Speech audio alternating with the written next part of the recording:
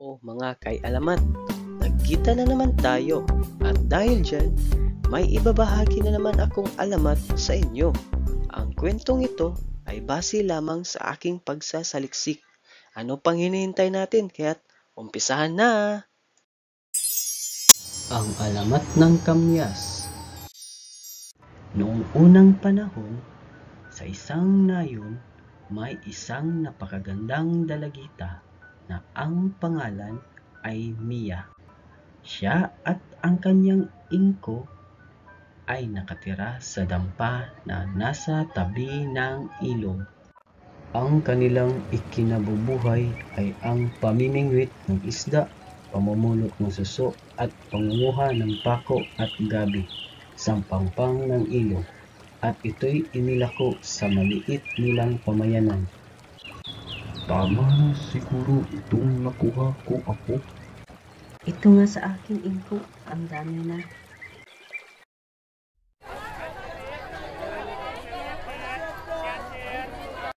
Minsan, nagkasakit ang ingkong ni Mia, kaya siya na lang ang mag-isa sa mga gawain.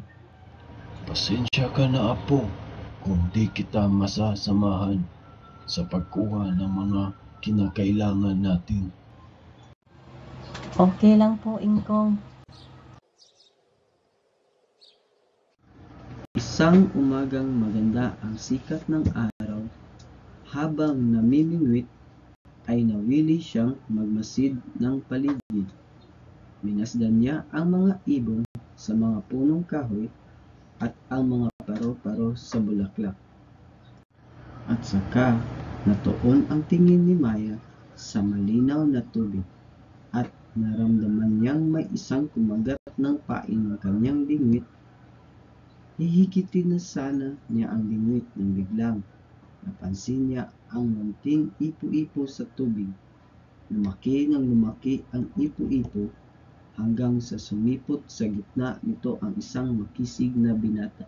Magandang umaga, Mia. Huwag kang matakot. Ibig ko sanang makipagkaibigan sa iyo. Bakit mo ako kilala? Araw-araw ay naririto ako at minamasdan ka.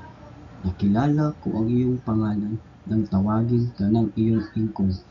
Nasaan ang iyong ingkong at ilang araw na di mo na siya kasama? May sakit siya. Kaya nga nag-iisa ako sa pamimingwit sa pangunguha ng mga suso, gabi at pako. Tutulungan kita. Nga pala, ako si Cam.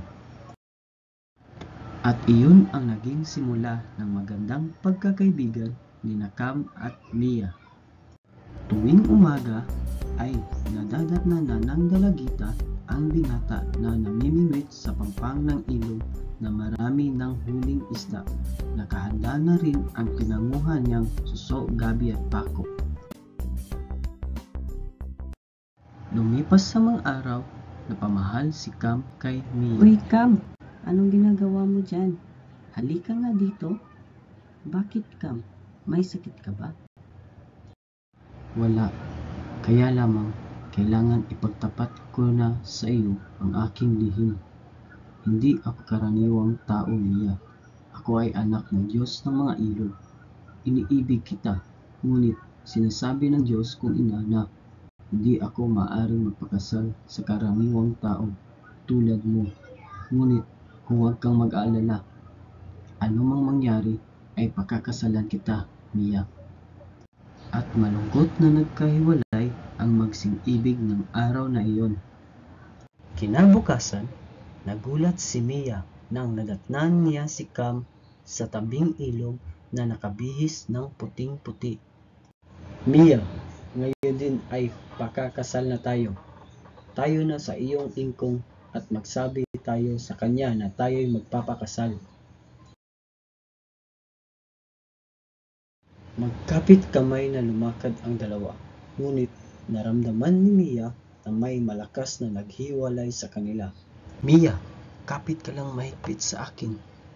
Ngunit malakas ang pwersa na naghihiwalay sa magsing-ibig.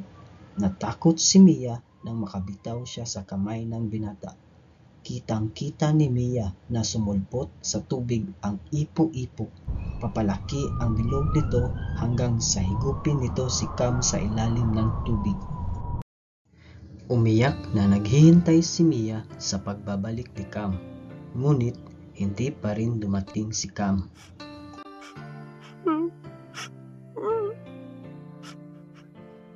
Mia, bakit hindi ka pa umuwi ng bahay?